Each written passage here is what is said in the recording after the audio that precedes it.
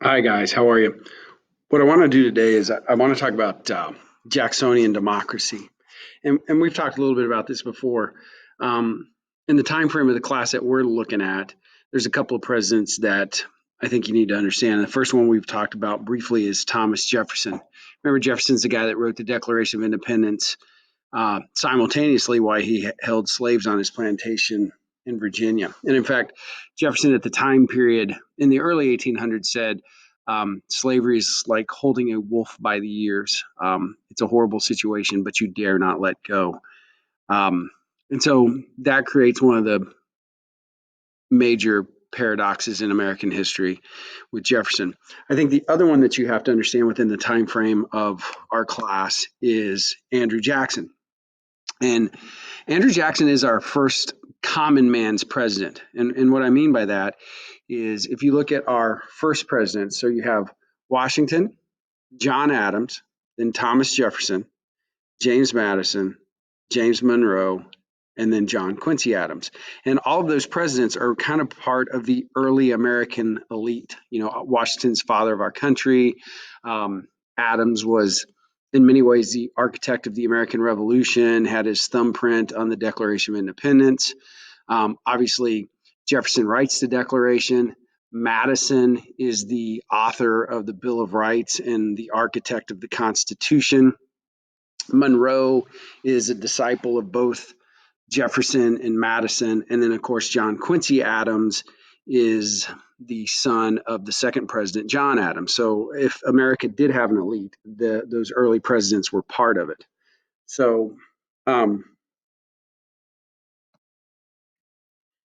what I want you guys to be able to see is with Jackson is how there's a shift. He is the common man's president. He grew up from very humble backgrounds, impoverished, self-educated, but during the time period of the War of 1812, Jackson becomes a national hero, and he uses that to catapult himself onto the national scene. What you also see is as we head west, the voting requirements start to allow non property owning white males to vote. And that group really, really has an affinity for somebody like Jackson. He's their guy. So by 1830, not only have we expanded as a nation, but so have voting rights expanded as a nation as well. And Jackson comes right into that area. And what are some of the reasons for this increased voting? Well, more white males can vote. Remember, whenever you hear the word suffrage, that means the extension of the right to vote. The two-party system in America has really taken hold, so more people are interested in parties. The states are more involved in the system. Also, politics had become big business by the 1820s, 1830s, a thing called the spoils system, where if you backed a candidate, maybe that helps you get a job. So the spoils system. Um, you have some very popular third parties that are out there in our very vibrant nation at the time. And it became appropriate to campaign. Modern campaigning, as we know it, starts to grow out of the 20s and 30s. Prior to that, in the Jeffersonian era in Washington, it was almost unseemly to run for office. Well, that's out the window by 1820. People are actively doing that. Okay, so I want you to see that there's this increase in politics. Politics becomes part of the national fiber as a nation.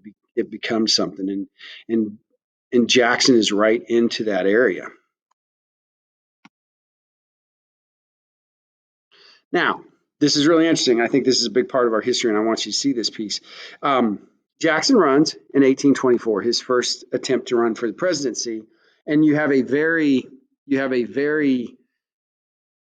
divided election. Some of the big power players of American politics. So you have John Quincy Adams, who is part of the Federalist Party and represents kind of this mechanized, industrialized northeastern section of the country. And then you have Jackson, the person, the common man, and he's really popular in these, what we would call then Western states.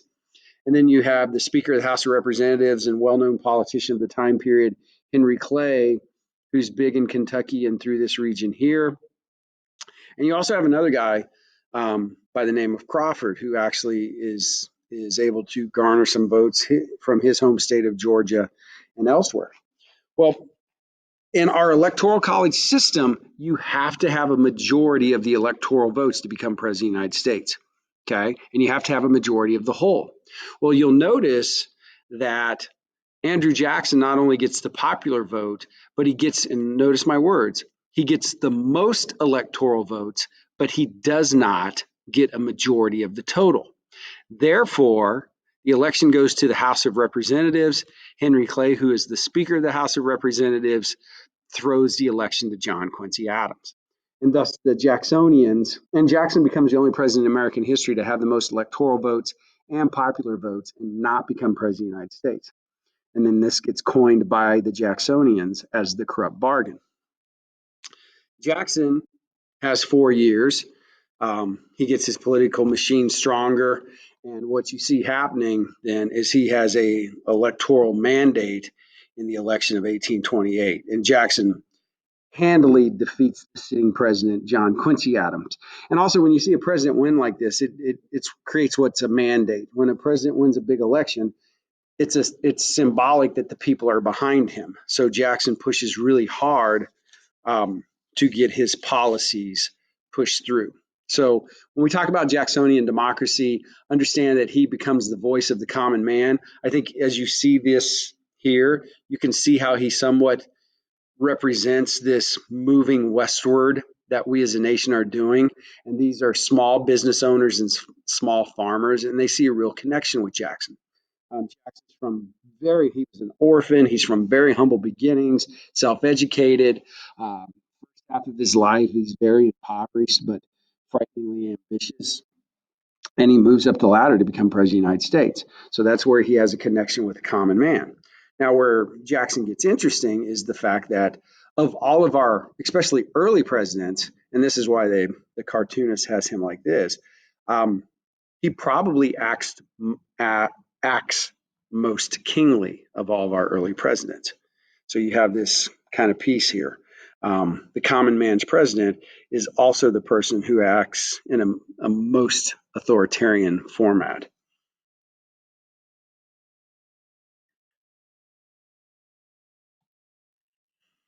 Um, One of Jackson's early controversies is what they called the tariff controversy, and this is a little bit tricky. In 1828, the United States of America imposed a tariff on goods coming into the United States, and you put a tariff on goods coming into your nation, and that way people will buy American. So instead of buying British and French goods, they'll buy American goods, which sounds good on the surface, but it's tricky because then those countries usually then will place tariffs on your products. Well, the product that we were shipping to the world in the 1820s and 1830s is cotton. So this tariff was very, very hard on Southern plantation owners, which was a powerful lobby in the American political scene. And so you kind of have this back and forth. In South Carolina, kind of the leader of the plantation economy of the South. It was a port state. Sadly, it was a state that was very tied to slave plantation labor. Fights the tariff, and in fact, South Carolina, and this is important time frame wise. South Carolina threatens to leave the Union over the tariff, fix the tariff or else. Well, because of Jackson's background, by the way, Jackson was a slave owner himself, but Jackson was a strong believer in the power of the federal government. As such, Jackson threatens to punish South Carolina and anybody in South Carolina that votes to secede. Okay, and Jackson actually did have the military ready to invade South Carolina had they voted to secede.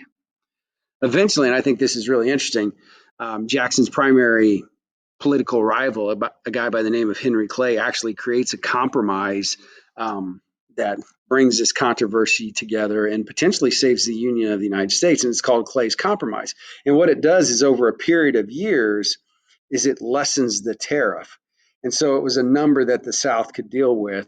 And so they choose not to secede. So between Clay's compromise and the threat, and he would have done it, and the threat of Andrew Jackson invading South Carolina to keep the Union together, South Carolina doesn't secede. Now, there's a couple things I need you to see from this. One, and this leads up to Civil War stuff 30 years down the road in the 1860s. I think it shows you how divided we were as a nation even by 1830. That South Carolina so easily talked about seceding from the Union. And it's no accident that South Carolina was the first state to secede from the Union at the time of the Civil War. So please keep that in mind for later. The other thing I think it shows is Jackson's willingness to act in an authoritarian manner and use his presidential powers. I mean, he was going to invade South Carolina. In fact, he said the leaders of the secession movement he would hang from the highest of trees. And Jackson probably would have done it. So I do want you to see this piece here. This has multiple layers to it. The other part, the other thing that Jackson does, and I'm just highlighting some of these pieces of Jacksonian democracy. Um, since the time of our country, as the United States, and throughout the history, there was always a Native American question. Well, that question really became amplified after the Louisiana Purchase because we had so much land, and there are hundreds of thousands, millions of Native American people still populating what is the United States of America and the territories of the United States of America. And one of the most embedded groups of people were a group called the Five Civilized Tribes that lived in the southeastern United States. So if you could picture in your head Georgia, North and South Carolina, and then you work your way through parts of Tennessee, Alabama, Mississippi, and parts of Georgia, that's where you have these tribal groups. And these tribal groups which were the Cherokee, the Chickasaw, the Seminole, the Choctaw, and the Cree, had pretty much assimilated into American society. The Cherokee had adopted very much American ways, but they lived in an area that was good for farming. There was gold that had been found in Georgia. Uh, Basically, it was land that those in favor of westward expansion wanted. So, and it's pretty straightforward. What's Jackson's goal? I mean, in some of the most clearly worded legislation in American history, in 1830, Jackson pushes for the Indian Removal Act. And what's the goal of the Indian Removal Act?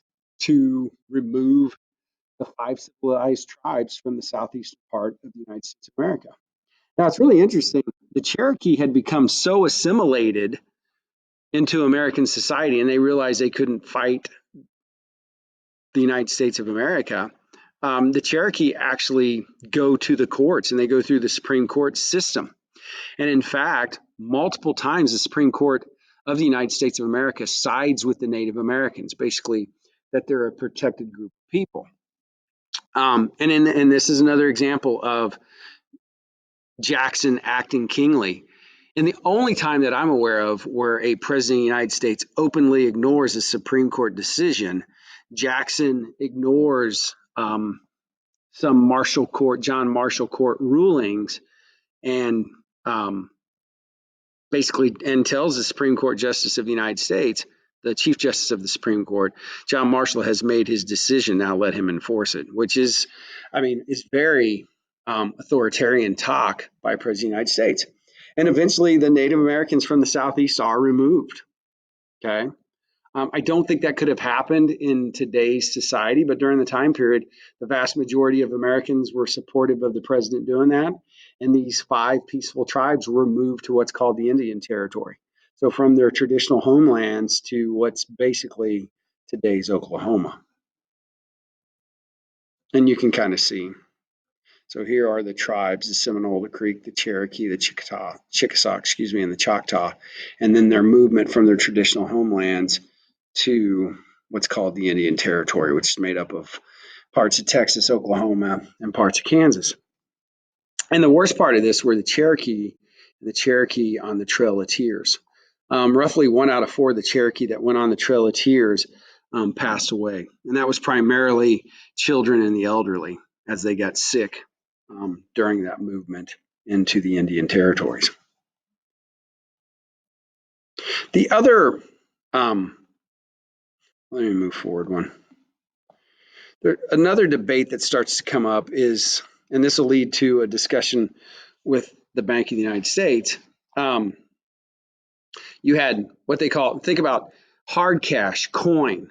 okay, and then you have soft paper, maybe what they called banknotes. Well, if you're trying to expand your economy rapidly, sometimes there's not enough gold and silver to put into circulation. So those in favor of rapid westward expansion were also in favor of what they called soft money. And many local state banks wanted to be able to give banknotes so they could speed westward expansion. Well, you also have what's called the Second Bank of the United States. In Washington's administration, we had created a private bank. Congress had created a private bank that was in charge of doing the banking of the government of the United States. And that Second Bank of the United States wanted only to give loans that were backed by hard currency. So you shouldn't put more money in circulation than you had gold and silver. Well, one, that restricts rapid growth. And two, the Bank of the United States tended to give its loans to established Eastern industrial businesses. Okay. It was leery of expansion and rapid movement westward. So you start to have, and remember, these people that are moving westward, these are Jackson's people. This is Jackson's voting base. Jackson lived in that region. He was from Tennessee. So he wants to be able to help spur economically this movement westward. Okay. And so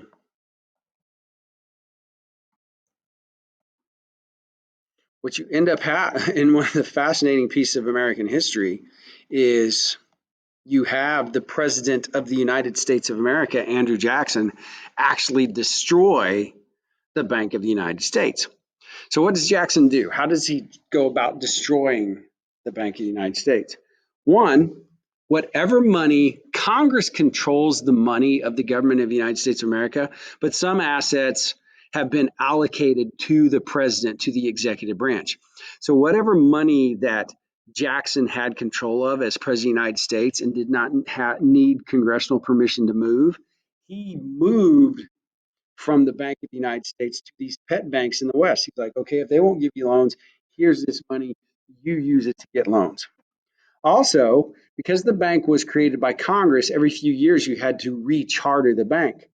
And so Congress voted to recharter the bank, and Jackson vetoed the recharter of the Bank of the United States. I think it's important to note when we talk about Jackson as a kingly authoritarian type president, he used the veto more times by himself than all the previous presidents combined. Okay. The veto was often seen as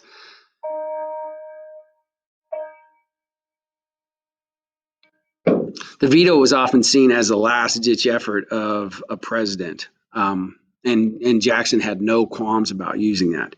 And eventually in 1836, the charter is expired. And by 1841, the Central Bank of the United States, the Bank of the United States actually goes bankrupt.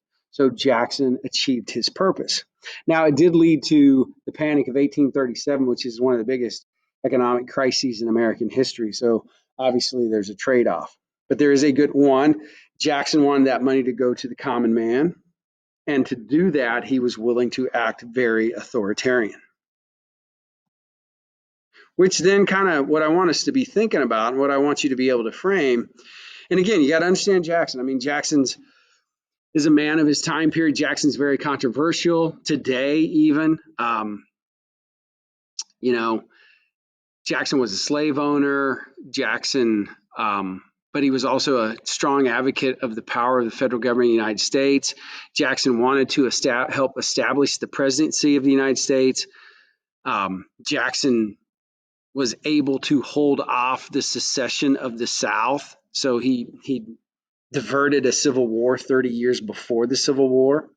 So what I'd like you to think about, based on our resources and everything like that, is start to think about, which best describes Jackson? Is he that kingly authoritarian, or is he truly the champion of the common man?